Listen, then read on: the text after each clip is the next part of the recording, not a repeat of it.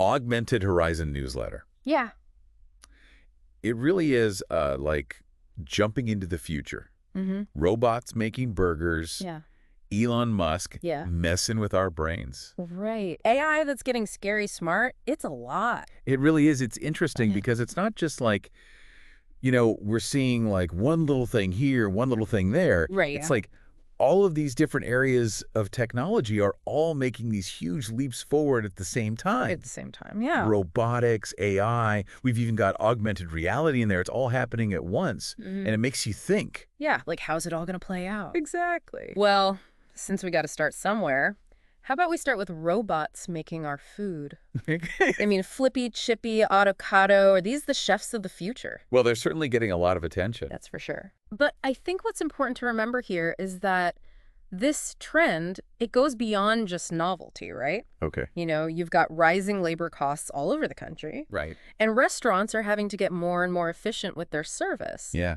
And that's really leading towards this move towards automation in a big way. You're seeing it everywhere. You see it everywhere. McDonald's drive-thrus. Oh, yeah, they're testing fully automated drive-thrus. Chipotle's using robots to, like, slice avocados now. Perfectly every time. Which, I gotta say, that's a pretty good use of robot precision right there. Right. But seriously, if robots are taking over the kitchens, what happens to all the people who work in those kitchens? Yeah, I mean, that's the big question, isn't it? What happens to those jobs? And, some people say that this technology, it's going to create more jobs, just different kinds of jobs. Oh, yeah. And then other people are saying that this is going to cause, massive unemployment and it's going to make inequality worse. Yeah, it's kind of like that saying, adapt or die. Right. Exactly. Except in this case, it's more like adapt or learn to code your own robot barista. Right. But it's not just about retraining people for, like, specific tech jobs, is it? No, and that's an important point because even if you learn to code today, right. Technology changes so fast that might be obsolete in 5 years, 10 years. So what do we do? It's about fostering those deeper skills, Okay. Critical thinking, creativity, being able to adapt to new situations. That's what's going to be really valuable. Sure. So it's not just about, like, robots replacing us. It's about them working with us. Working alongside us. I'm still not so sure how I feel about getting, robot-served meals. Yeah. I mean, part of the experience is that human connection, Absolutely. You can't just replace a friendly smile with an algorithm. No, and I think that's a really important point that you bring up. Yeah. The whole consumer experience, that's something that these companies are having to figure out. Right, because will people even want robot-served dining? Right. Will they pay extra to have a human serve them? Exactly. Like, is human interaction going to be a premium feature? Maybe.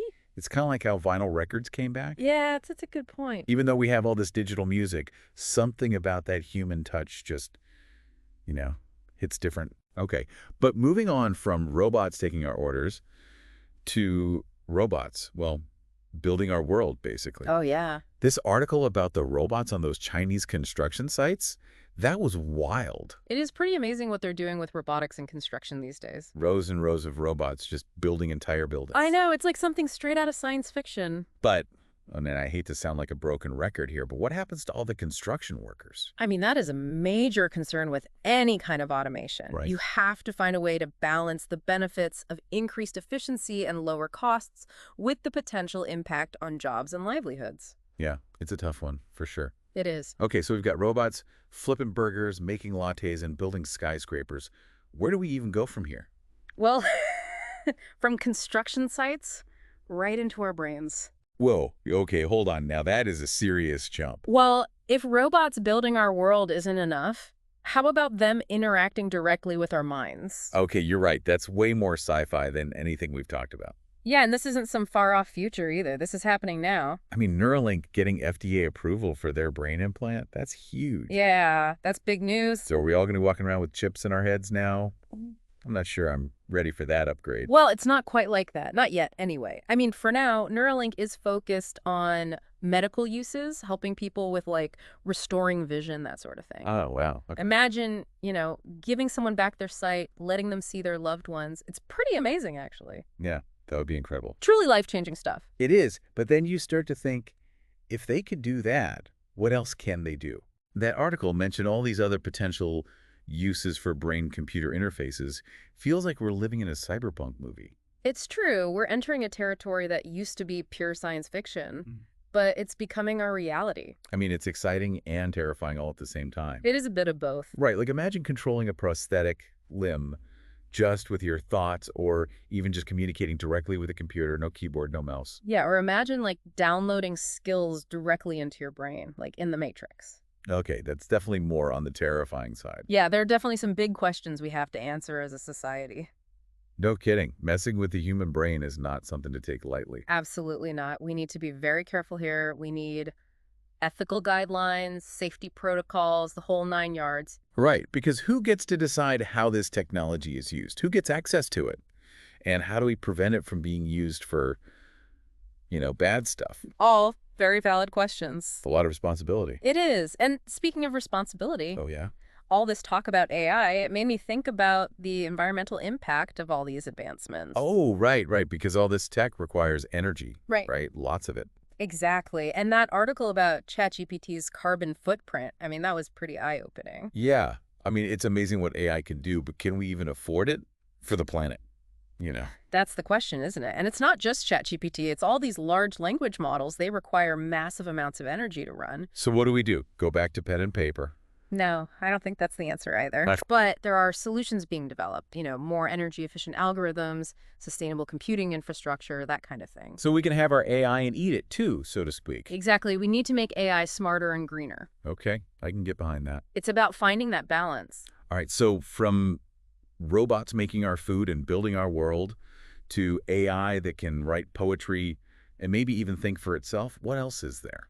Well, let's move away from the potentially terrifying and talk about something a bit more, shall we say, stylish. Ooh, okay. I like the sound of that. Lay it on me. How about augmented reality glasses, but not those clunky things that make you look like a robot yourself? Wait, are we talking about those sleek AR glasses that everyone's been talking about? It's like the immersed visor. Okay, those do sound kind of cool, like something out of a movie. Right, and the CEO of Snap seems to think that they've finally figured out how to make AR glasses that people will actually want to wear. That's a pretty bold claim. They've tried it before, remember? True, but this time it feels different. They're really focusing on comfort and style, two things that were missing before. Yeah, that's super important. I mean, imagine instead of staring at your phone all the time, you could have all that information projected right in front of you, hands-free. Right, and not just information, but like interactive experiences. Imagine walking down the street and having virtual tours pop up or being able to see how new furniture would look in your living room before you buy it. Exactly. The possibilities are pretty much endless. It's like stepping into a whole new reality, one that's tailored to you.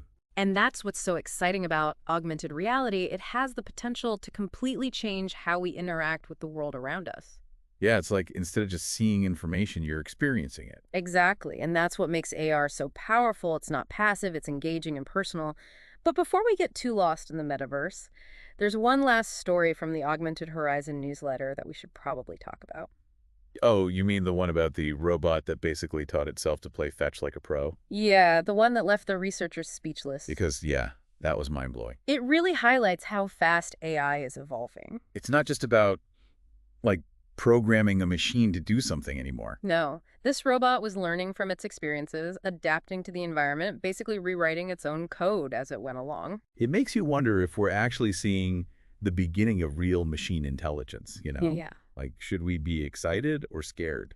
It's a good question, and it underscores why we need to be so careful with AI development, making sure that as these systems get smarter, their goals align with ours.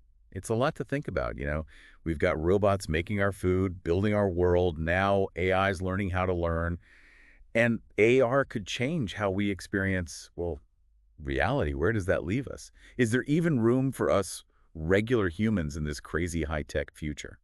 There's always a need for human creativity, empathy, ingenuity. The future isn't about robots versus humans. It's about figuring out how to use these incredible technologies to make life better for everyone. That's a future I think we can all get behind. And hey, maybe those robots will even figure out how to make a decent cup of coffee. Now there's a thought.